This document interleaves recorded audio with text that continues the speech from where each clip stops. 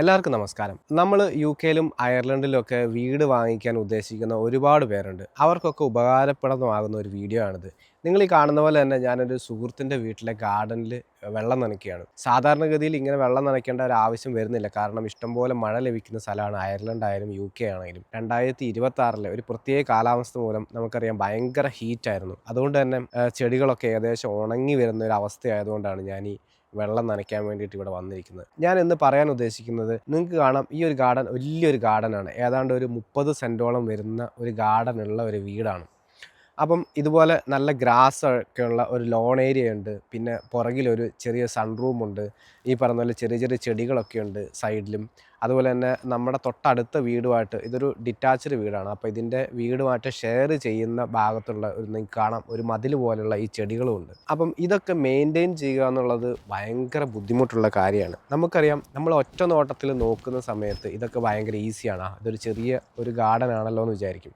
പക്ഷേ നമ്മളിത് വെട്ടി തുടങ്ങിക്കഴിഞ്ഞാൽ, അതായത് നിങ്ങൾ ഈ കാണുന്ന ചെടി അറിയാം, ഇത് റൗണ്ട് ഷേപ്പിലാണ് ഇരിക്കുന്നത്. എൻ്റെ സുഹൃത്തിന് ഇത് കിട്ടിക്കഴിഞ്ഞിട്ട് അദ്ദേഹം ഇത് റൗണ്ട് ഷേപ്പിൽ വെട്ടാൻ നോക്കിയിട്ട് നമുക്ക് കിട്ടില്ല. കാരണം ഇത് കുറച്ച് സ്കില്ല് വേണ്ട ഒരു ജോലിയാണ്. കാണുമ്പോൾ എളുപ്പമാണെങ്കിലും ഇത് ഈ ഒരു ഷേപ്പിൽ വെട്ടിയെടുക്കുക എന്നുള്ളത് വളരെ ബുദ്ധിമുട്ടുള്ള ഒരു കാര്യമാണ്. അതത്ര ഈസി ആയിട്ടുള്ള ഒരു കാര്യമല്ല. അതുകൊണ്ട് തന്നെ വീട് വാങ്ങിക്കാൻ ഉദ്ദേശിക്കുന്നവരൊക്കെ പ്രത്യേകം ശ്രദ്ധിക്കുക. നിങ്ങൾക്ക് ടൈമുണ്ട്, അതല്ലെങ്കിൽ നിങ്ങൾ ഗാർഡനെ ഭയങ്കരമായിട്ട് ഇഷ്ടപ്പെടുന്നുള്ള ആളാണെങ്കിൽ മാത്രം എടുക്കുക. ചിലപ്പോൾ നമ്മൾ വിചാരിക്കും ഇതൊക്കെ എനിക്ക് ചെയ്യാൻ പറ്റുമെന്ന്. പക്ഷേ ഒന്ന് നമ്മുടെ കയ്യിൽ നിന്ന് ഇത് പോയി കഴിഞ്ഞാൽ, ഈ ഒരു രീതിയിൽ ഇത് മെയിൻറ്റെയിൻ ചെയ്യാൻ പറ്റിയില്ല, അതല്ലെങ്കിൽ ഈ ഒരു ഗ്രാസ് ഏരിയയിലോ അല്ലെങ്കിൽ ഈ ഒരു ചെടി നിൽക്കുന്ന ഏരിയയിലോ ഒക്കെ എന്തെങ്കിലുമൊക്കെ വന്ന് കളകളോ അതുപോലെ വേറെ എന്തെങ്കിലുമൊക്കെ ഈ ചെടികളൊക്കെ വന്ന് നിറഞ്ഞ് അത് നമുക്ക് ഒന്നും മെയിൻറ്റെയിൻ ചെയ്യാൻ പറ്റാതെ പോവുകയാണെങ്കിൽ പിന്നെ അത് മെയിൻറ്റെയിൻ ചെയ്തെടുക്കുക എന്ന് പറയുന്നത് ഭയങ്കര ബുദ്ധിമുട്ടുള്ള കാര്യമാണ്. ഇപ്പം നിങ്ങൾക്ക് നോക്കിയാൽ കാണാം, ഈ ഒരു ചെടിയുടെ ഇടയിലൊക്കെ നമ്മുടെ നാട്ടിലൊക്കെ കിട്ടുന്ന ഈ മരത്തിൻ്റെ ചീളുകൾ പോലെയുള്ള സംഭവങ്ങളാണ് വെച്ചേക്കുന്നത്, അതല്ലെങ്കിൽ ഇട്ടേക്കുന്നത്.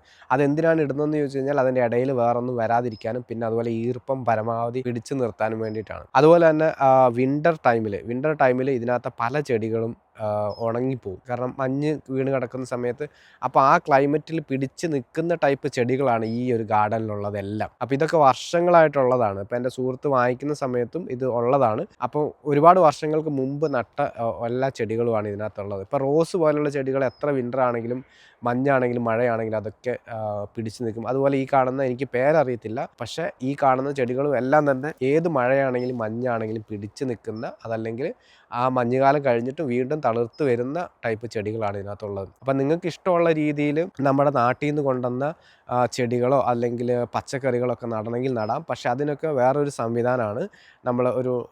നമ്മുടെ നാട്ടിലൊക്കെ യൂസ് ചെയ്യുന്ന പോലെ മഴയൊന്നും കൊള്ളാത്ത രീതിയിൽ ഒരു ഷെഡ് പോലെയൊക്കെ ഉണ്ടാക്കി, അതായത് സൂര്യപ്രകാശം ഏൽക്കുന്ന രീതിയിലൊക്കെ ചെയ്ത് നമുക്ക് ചെയ്യാവുന്നതാണ്. അപ്പോൾ ഈ ഒരു 30 സെൻറ്റ് സ്ഥലം ഒരു ഗാർഡനുള്ള ഒരു വീടിനെ സംബന്ധിച്ച് വേറൊരു പ്രത്യേകത കൂടിയുണ്ട്. നിങ്ങൾ അതുകൂടി മനസ്സിലാക്കുക.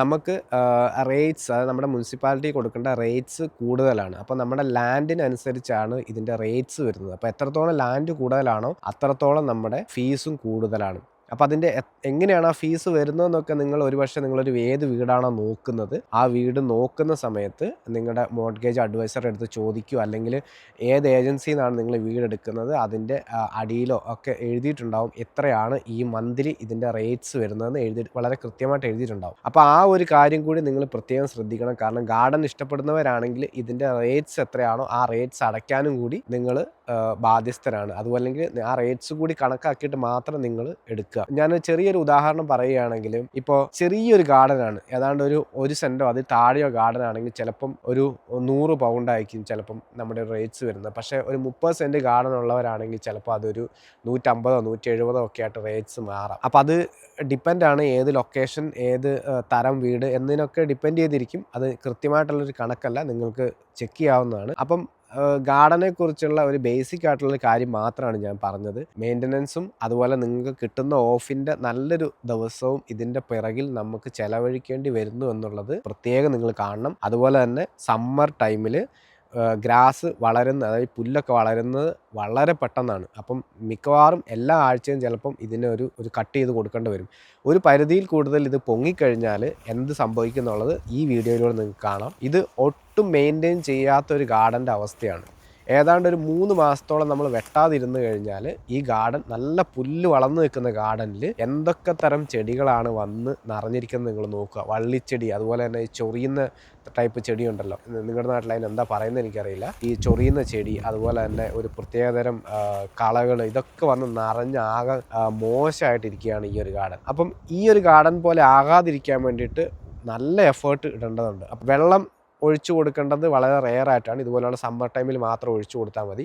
പക്ഷേ അല്ലാത്ത സമയത്ത് മഴയൊക്കെ അത്യാവശ്യം ഉള്ളതായതുകൊണ്ട് നമുക്ക് അതിൻ്റെ ഒരു ബുദ്ധിമുട്ട് വരുന്നില്ല. പക്ഷേ ഇങ്ങനെയുള്ള കാര്യങ്ങളൊക്കെ പ്രത്യേകം നിങ്ങൾ ശ്രദ്ധിക്കേണ്ടതായിട്ടുണ്ട്. അപ്പോൾ നമ്മളൊക്കെ വാങ്ങിക്കാൻ പോകുന്ന വീടിൻ്റെ ഗാർഡനുമായി ബന്ധപ്പെട്ട ഒരു ചെറിയ വീഡിയോ ആണിത്. ഇത് ഉപകാരപ്രദമായിട്ടുണ്ടെങ്കിൽ നിങ്ങളുടെ ഫ്രണ്ട്സിനോ സുഹൃത്തുക്കൾക്കോ ആർക്കെങ്കിലും ഷെയർ ചെയ്ത് കൊടുക്കാം. ഈ വീഡിയോ നിങ്ങൾക്ക് ഇഷ്ടപ്പെട്ടെങ്കിൽ ഈ ചാനൽ സബ്സ്ക്രൈബ് ചെയ്യുക. താങ്ക്